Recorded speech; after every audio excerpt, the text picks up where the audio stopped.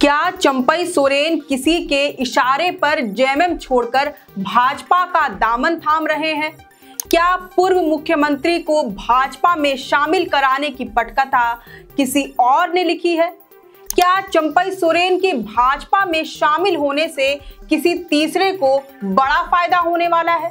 इन तमाम सवालों ने फिलहाल झारखंड के सियासी पारा को एक डिग्री और बढ़ा दिया है।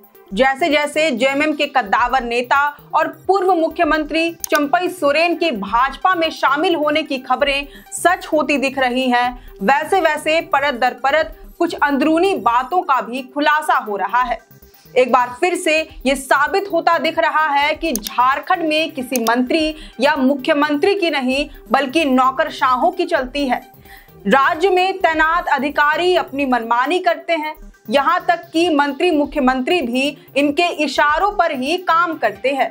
अब ये बात तो किसी से छिपी नहीं है कि सीएम के प्रेस सलाहकार अभिषेक प्रसाद उर्फ पिंटू ही हेमंत सोरेन के लिए रणनीतियां तैयार करते हैं। सीधे तौर पर कहें तो हेमंत सोरेन पिंटू के इशारे पर निर्णय लेते हैं, जिस वजह से पिंटू को सुपर सीएम भी कहा जाता है। कुछ ऐसी ही बातें पूर्व मुख्यमंत्री चंपई सोरेन को लेकर भी सामने आई हैं।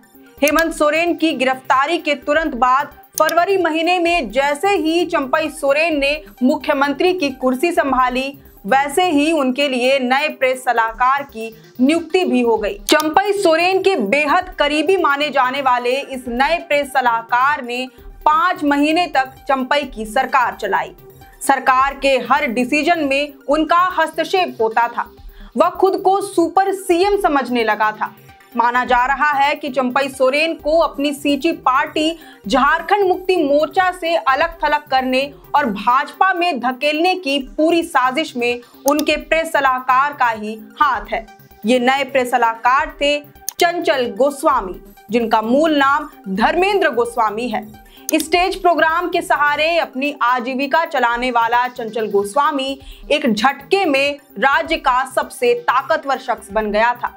भोजपुरी गायक के गीतों का हूबहू प्रस्तुति देने वाला चंचल गोस्वामी जब सियासी गलियारे में पहुंचा तो कुछ ही महीने में इसकी इतनी मजबूत पैठ बन गई कि जमीन छोड़कर आसमान की सैर करने लग गया। मीडिया सलाहकार की भूमिका में आते ही चंचल का रुतबा गजब का आसमान छूने लगा था। उसने मनमाने तरीके से हर वह काम किए जो चंपई सोरेन की सालों पुरानी बेदाग छवि पर कीचड़ उठाने के लिए काफी था। सबसे बड़ा खेल तो ट्रांसफर पोस्टिंग का शुरू हुआ। इनके आगे आईएएस आईपीएस भी अपनी ट्रांसफर पोस्टिंग के लिए चक्कर काटने को मजबूर होने लगे। तबादले का तो जैसे उसने बिजनेस ही खोल रखा था। एक ही ऑफिसर का 15-15 दिन में दूसरा तीसरा तबादला कर दिया जा रहा था। एक डीएसपी रैंक के अधिकारी तो चंचल के इस कारनामे से इतने आहत हुए कि अपना रोता हुआ वीडियो ही सोशल मीडिया पर डाल दिया। जब इस पर तत्कालीन सीएम चंपई सोरेन की नजर पड़ी, तब उन्हें बुलाया गया और उनकी समस्या का निदान हुआ। चंचल गोस्वामी का हौसला इतना बुलंद हो गया था कि सीएम हाउस में हेमंत सोरेन के मीडिया सलाहकार रहे अभिषेक प्रसाद उर्फ पिंटू की एंट्री पर अघोषित रोक लगा दिया गया था। सूत्रों के अनुसार झारखंड के अधिकारी भी चंचल गोस्वामी के जरिए ही मुख्यमंत्री चंपई सोरेन तक पहुंच पाते थे। वैसे में चंचल गोस्वामी के कद को समझना मुश्किल नहीं है। हालत ये थी कि 28 जून को हेमंत सोरेन को जमानत मिलने के बाद भी चंचल गोस्वामी अपने में बदलाव लाने को तैयार नहीं था। उसे इस बात का एहसास भी नहीं था कि उसके पूरे कारनामे का रिकॉर्ड जेल में हेमंत के पास भेजा जाता रहा है और वह संदेह के घेरे में आ चुका है। सीएम चंपई सोरेन की सज्जनता, विनम्रता और उदारता का दुरुपयोग कर वह जिस तबादला उद्योग को खड़ा कर रहा है, हेमंत सोरेन की उस पर पैनी नजर है। हालांकि परिस्थितियों की मार कुछ ऐसी थी कि जेल से इन सारी चीजों को कंट्रोल कर पाना नामुमकिन था। लेकिन हेमंत सोरेन के जेल से बाहर आने के बाद भी इस पर लगाम नहीं लगा। खबर इस बात की भी लगी कि चंचल की चंचलता दिल्ली दरबार तक फैलती नजर आने लगी थी। दिल्ली में सत्ता के गलियारे में भी उसकी उपस्थिति देखी जा रही थी। इसी बीच सोनिया गांधी के कहने पर हेमंत सोरेन ने अचानक सत्ता की बागडोर वापस अपने हाथों में लेने का फैसला कर लिया।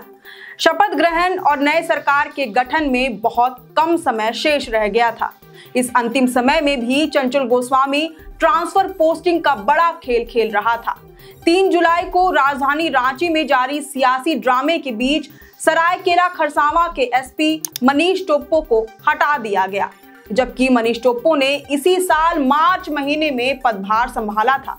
उसके बदले में मुकेश लुनायत को कमान सौंपा गया। अधिसूचना भी जारी कर दी गई। इसके साथ ही 3 जुलाई को कई दूसरे अधिकारियों का भी तबादला हुआ। कई दरोगा और इंस्पेक्टर को भी बदला गया। इतने दिनों तक चले ट्रांसफर पोस्टिंग के गोरख धंधे का आलम यह था कि छोटे से छोटे दर्जे के अधिकारियों से भी लाखों रुपए की वसूली की जाती रही। ये खेल चंपई सोरेन के इस्तीफे के बाद तक चलता रहा। चंचल गोस्वामी की कोशिश थी कि वह इतने कम समय में जितना ज्यादा से ज्यादा हो सके कमा ले, लेकिन जब चंचल को एहसास हो गया कि उसके हाथ से सुपर सीएम की कमान जा चुकी है, वह इसे पचा ना सका। विश्वसनीय सूत्रों की माने तो चंपई सोरेन के बेटे बाबूलाल सोरेन और चंचल गोस्वामी ने ही मिलकर उनको भाजपा में शामिल कराने की पटकथा तैयार की है। अपनी सींची हुई पार्टी झारखंड मुक्ति मोर्चा और झारखंड आंदोलन के साथ ही शिबू सोरेन से बगावत करने पर मजबूर इन्होंने ही किया है। बाबूलाल सोरेन को जब एहसास हो गया कि जेएमएम में रहकर विधानसभा चुनाव के लिए टिकट की आस लगाना फिजूल है, तो उन्होंने भाजपा से उम्मीद लगाना शुरू कर दिया। सूत्र बताते हैं कि भाजपा ने इसके लिए शर्त रखी है कि बाबूलाल सोरेन अपने पिता चंपई सोरेन की विधानसभा सीट सरायकेला से ही चुनाव लड़े और चंपई सोरेन को किसी राज्य का राज्यपाल नियुक्त कर दिया जाएगा। यानी भाजपा ने चंपई सोरेन की राजनीति पर पूर्ण विराम लगाने की शर्त रख दी है। मगर चंपई सोरेन कमल थामकर सीएम का चेहरा बनने की चाहत रखते हैं। ये चाहत चंचल गोस्वामी की भी है, ताकि वह चंपई चचा के करीब रहकर वापस से अपना ट्रांसफर पोस्टिंग का अवैध खेल जारी रख सकें।